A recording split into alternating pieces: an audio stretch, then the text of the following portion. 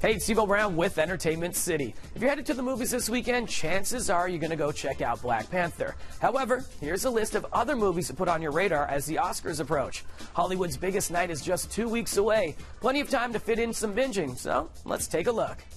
So you guys coming up from the city? Yeah, we're just heading up for the weekend. Can I see your license, please? He wasn't driving.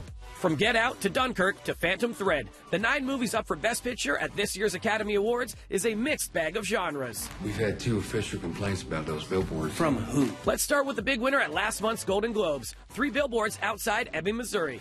The film stars Frances McDormand as a mother seeking justice for her murdered daughter. And while praise for McDormand has been almost universal, the film itself has been divisive, as a growing number of critics began to question the movie's treatment of race. And in fact, it'll go up against another Best Picture contender that dives into the hot-button issue of race head-on, Get Out. So how long has this been going on, this thing?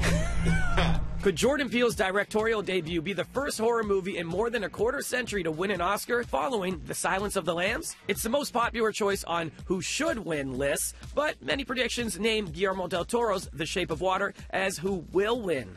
If I told you about her, what would I say? The creature feature takes place during the Cold War, while 2 other Best Picture contenders rewind to the Second World War. Christopher Nolan's Dunkirk. Why waste precious tanks when they can pick us off from the air like fish in a barrel? Side note, who expected Harry Styles would go from former One Direction boy bander to part of an Oscar-nominated movie with his acting debut? I didn't want to let anyone down.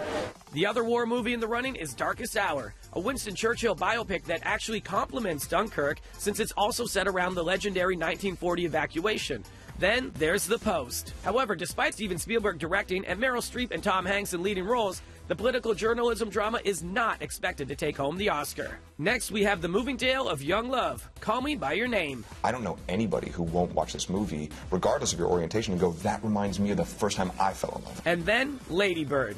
Coming-of-age tales haven't ordinarily been considered Oscars bait, but Greta Gerwig's directorial debut is one of the year's most significant indie films. I want to go where culture is. And last, Phantom Thread, a psychologically intense period romance that star Daniel Day-Lewis says will be his final film. We'll find out who the big winner is when the Oscars are handed out March 4th. And with a more diverse slate of nominees, the awards are expected to be more relevant than they have been in years past.